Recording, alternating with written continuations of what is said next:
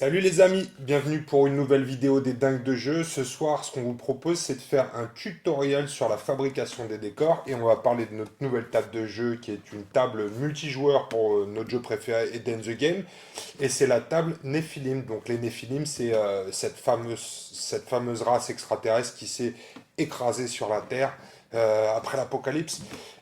C'est l'occasion de parler de la façon dont on travaille le polystyrène, puisque c'est la base de la construction de cette table. Le polystyrène, on adore, c'est léger, c'est facile à travailler. Un des problèmes du polystyrène, et on le voit souvent sur des décors, c'est que c'est très fragile et au moindre pet, on voit que c'est du polystyrène, puisque ça s'émiette, ça fait des petites billes et c'est pas très joli sur un décor. Donc je vais vous montrer comment contourner ce problème-là et renforcer vos décors en polystyrène pour qu'ils aient une durée de vie bien plus longue. Voilà. Donc on va parler de cette table Nephilim et bah écoutez, après, vous pouvez essayer de la reconstruire vous-même. Une des particularités de cette table, c'est que c'est 100% récup. Donc il n'y a pas eu d'achat de kit ou de choses comme ça pour la fabriquer. C'est que des éléments de récupération. Donc si vous voulez faire la même, il va falloir faire les poubelles. Ok. On passe à l'explication tout de suite. Bim. Alors, parlons déjà de l'inspiration de ce vaisseau. Je cherchais vraiment à faire un vaisseau old school, ce qu'on pourrait aussi appeler une soucoupe volante, un peu comme dans UFO, XCOM, ou pour une référence à la science-fiction française, le vaisseau de la soupe aux choux. Hein, j'en profite pour en parler. Les jeunes, si vous n'avez pas vu ce film, La soupe aux choux, il faut vous dépêcher de le voir. C'est vraiment que ça manque à votre culture. Donc voilà pour l'inspiration, vaisseau old school. Alors je vous le disais, la base de cette construction, c'est du polystyrène. Là, je vous montre l'élément de base que j'ai utilisé. C'était le packaging d'une chaudière. Donc la forme circulaire que je cherchais. Mais vous pouvez le voir, hein, c'est bien du polystyrène. On le reconnaît à sa texture et aussi à sa fragilité, puisque l'élément que j'ai trouvé était un petit peu abîmé déjà. Donc on va voir ensemble comment on va pouvoir contourner à la fois ces problèmes de texture, mais aussi la fragilité du polystyrène. Donc étape numéro un, allez acheter une chaudière. Sunset, regarde-moi. Sunset, Sunset, barre-toi où j'appelle Alf et il va te bouffer. Autant vous pouvez mettre à contribution vos enfants dans la fabrication des décors, autant les animaux domestiques ne servent à rien, hein, surtout les chats. Pensez bien avant de bricoler, de virer les animaux, parce que c'est plutôt une gêne qu'autre chose. Dégage, Sunset. Alors je vais commencer par utiliser une pyrrhossie pour éliminer tout ce qui ne me sert à rien. C'est-à-dire que je vais vouloir garder cette zone centrale. Tout ce qu'il y a dans les coins, je vais le virer à l'aide de la pyrrhossie. Donc c'est une scie avec une lame qui chauffe et qui coupe comme dans du beurre, à question qu'on allume l'alimentation. Voilà. À condition qu'on allume l'alimentation, c'est parti. Voilà, je vais commencer à tailler assez large, hein. On reviendra ensuite pour affiner le travail, mais dans un premier temps, je vais venir couper des gros morceaux pour bien retrouver ma forme qui sera la base de mon vaisseau spatial. Vous l'avez vu fini, donc vous savez à quoi ça correspond sur le rendu final. Mais voilà, je vais venir petit à petit couper tout ce qui ne servira à rien.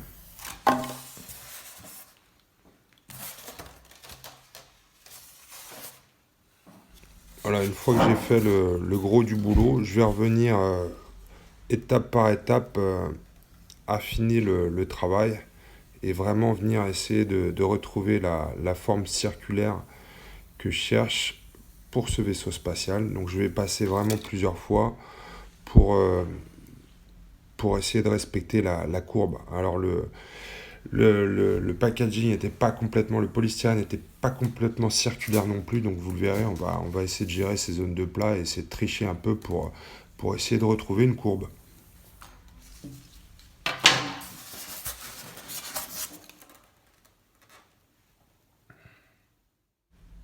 Alors vous le voyez ici, je suis venu aussi passer à la pyrocie pour tailler dans ces éléments que je veux pas conserver sur la forme finale. Et comme il reste un peu de matière, je vais passer tout ça au papier de verre, hein. Le polystyrène peut aussi se poncer. Vous voyez c'est pas hyper précis parce qu'il y a toutes ces petites billes qui vont se décoller. Mais je vais vous montrer ensuite comment remédier à ce problème-là. En tout cas, n'hésitez pas à poncer le polystyrène. Ça marche, un bon papier de verre, et on frotte, et on frotte, et on frotte. Une fois que vous avez bien poncé votre forme, il va y avoir des irrégularités ou même des trous dans votre polystyrène parce qu'il a déjà servi, hein, la plupart du temps. On va utiliser un enduit de rebouchage. C'est un enduit qu'on peut trouver dans tous les magasins de bricolage.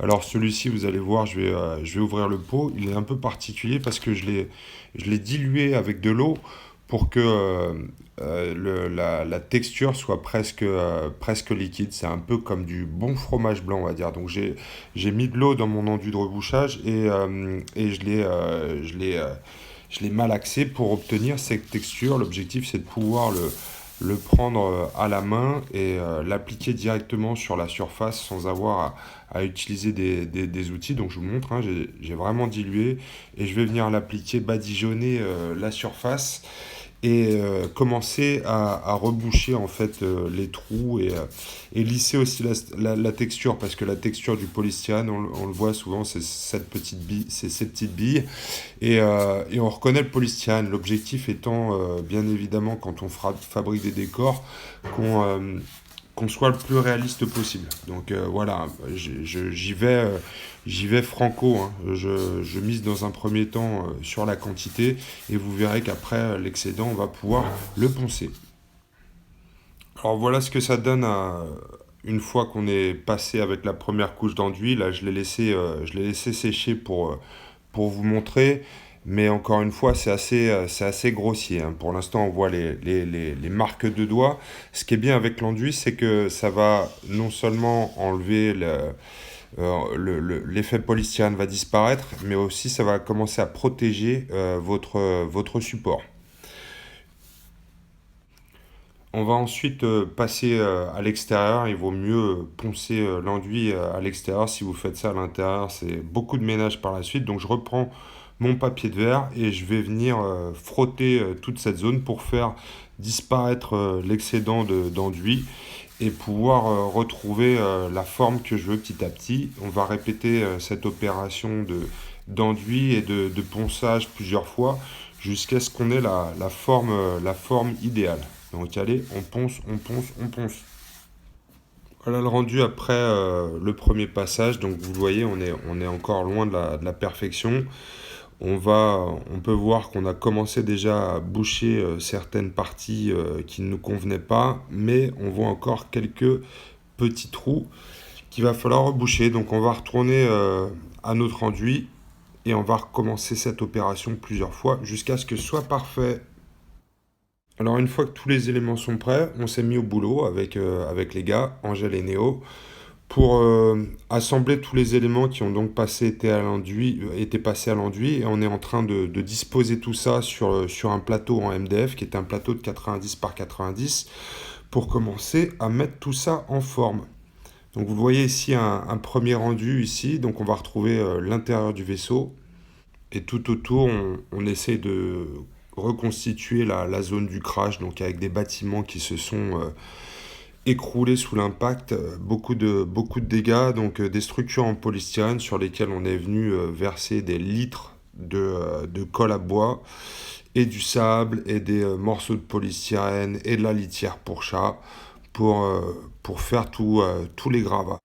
Ici, on va le voir, une petite astuce pour permettre de garder nos deux éléments. On va mettre des aimants pour relier les deux parties, en fait, la partie supérieure et la partie inférieure du vaisseau spatial, pour que en cas de mouvement ou de transport, puisque je bouge toujours beaucoup avec mes tables, les deux éléments restent bien ensemble et que ça ne se balade pas dans tous les sens. Donc voilà, un aimant en dessous de chaque côté, c'est parti. Alors l'objectif de la phase suivante, ça va être de protéger le polystyrène, super matière encore une fois, mais très fragile. On a pour ça deux options aujourd'hui, soit la résine époxy, soit le plasticrète. À chaque fois, on a deux éléments qu'on va venir mélanger pour qu'ils fassent une réaction et pour qu'ils durcissent. La résine époxy, c'est très résistant, mais c'est pas toujours facile à mettre en application. Il y a une réaction chimique qui est assez rapide et donc c'est un peu plus compliqué à gérer. Je vais utiliser aujourd'hui le plasticrète qui a la consistance du plâtre et qu'on va venir mélanger avec son durcisseur. Alors, un des problèmes du plasticrète, c'est que ça fait parfois des grumeaux, on le voit ici à l'application. On a quelques grumeaux qui apparaissent. Par contre, c'est très pratique, hein, on le passe un peu comme de la peinture au pinceau et on va venir comme ça badigeonner toute la zone. Donc vous voyez ici, ça c'est le rendu fini. On a quelques grumeaux qui apparaissent, hein, pas de panique. C'est des choses qu'on va pouvoir rattraper au ponçage comme on l'a fait tout à l'heure avec notre enduit. Donc avec l'enduit plus la résine, on devrait avoir un support assez résistant.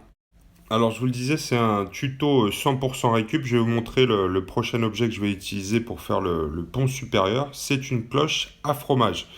Encore une fois, on va essayer de se débarrasser des éléments qui rappellent que c'est vraiment une cloche à fromage. Donc la petite poignée notamment, j'ai décidé de la faire sauter pour pas que ça ressemble à une cloche à fromage au final, bien évidemment. On le voit sur le vaisseau fini, donc notre fameux plateau à fromage. J'ai supprimé la poignée et je l'ai remplacé c'est un coquetier que j'ai peint en jaune, donc pour mettre les œufs à la coque, et j'ai peint le bord en noir aussi pour qu'on puisse plus reconnaître le plateau à fromage. Voilà, là je vous le montre sur le rendu final, mais l'étape suivante, ça va être de fabriquer des éléments en plâtre. Je vous l'avais montré dans un précédent tuto. Là, on a utilisé encore une fois nos moules Hearst Arts pour fabriquer des petits éléments. C'est des éléments dont vous pouvez trouver les notices de montage sur le site d'Hearst Arts, hein. J'ai vraiment utilisé les, les, euh, les moules et les guides d'instruction de montage qui sont mis à disposition sur le site pour fabriquer tous ces petits éléments que vous voyez ici peints. Donc de la même façon, on a peint tout l'environnement en utilisant la peinture acrylique. Surtout, rappelez-vous, hein, il y a beaucoup de polystyrène, donc pas de bombe. Utilisez de la peinture acrylique au pinceau et à l'aérographe. On va travailler comme ça à l'acrylique toute la table. On a aussi utilisé quelques résines transparentes pour faire ici les liquides toxiques qui s'écoulent d'une canalisation qui a cédé après l'impact de l'OVNI. Mais voilà, on va venir peindre toute la table et ensuite protéger avec un vernis à la bombe. Et on va comme ça attaquer toute la table, toute la table. Bonne peinture. Vous le savez, j'aime bien jouer avec les lumières, donc ici je vais éteindre la lumière pour justement voir celle que j'ai positionnée à l'intérieur de mon vaisseau. Vous allez voir des lumières sortir de la cabine de pilotage et aussi du vaisseau en lui-même, de l'intérieur du vaisseau. Donc vous le voyez ici, sur la cabine de pilotage, en fait, j'ai utilisé une lampe à LED classique que j'ai fixée avec un aimant sur une boîte de bonbons Lavoisienne que j'ai peint en jaune, j'ai tout peint en jaune, hein, comme ça fixe. Le fait que ce soit aimanté permet de les enlever de temps en temps pour pouvoir tout simplement changer les piles si c'est nécessaire. À l'intérieur du vaisseau, pareil, j'ai mis en place des lampes à LED qui sont fixées par des aimants pour pouvoir changer les piles. Donc voilà, on ouvre tout ça, on allume, on éteint, et c'est vrai que ça fait un effet sympa, toute cette petite lumière à l'intérieur du vaisseau. Alors lorsque j'ai commencé à travailler sur le plan de ce vaisseau, j'avais prévu initialement de peindre le plancher de notre plateau à fromage, donc on n'aurait pas pu voir la transparence. Mais au fur et à mesure de mon bricolage, je me suis rendu compte que ce serait vraiment cool. Donc c'est important de partir avec un plan, mais n'hésitez pas à improviser ou à changer ce plan en cours de fabrication si vous trouvez de nouvelles idées. C'est souvent en faisant les choses qu'on apprend et qu'on fait de belles réalisations. Donc voilà pour ce tutoriel, les amis, sur la fabrication de cette table Nephilim. 100% fabrication récup, hein, et des fois avec peu d'argent on peut faire de belles choses. N'hésitez pas à faire les poubelles. Moi ça fait bizarre souvent quand on se balade dans la rue avec les enfants et que je me mets à faire les poubelles, ils se disent mais qu'est-ce qu'il fait? Mais je résiste pas. À chaque fois que je vois un bel élément de polystyrène ou une télé démontée ou un transistor, je récupère les éléments pour ma prochaine fabrication, ce qui fait que j'ai des boîtes à radio et de quoi bricoler pour une bonne dizaine de tables. Donc n'hésitez pas à nous donner un retour si vous avez aimé ce tutoriel. L'objectif c'était vraiment de vous montrer comment travailler à base de récup et surtout de voir comment on peut renforcer le polystyrène qui est une matière extraordinaire mais très fragile. Voilà, à vous de passer au boulot et de fabriquer des tables de ouf. Amusez-vous bien les amis, on se retrouve bientôt pour une partie sur cette table et un rapport de bataille. Salut!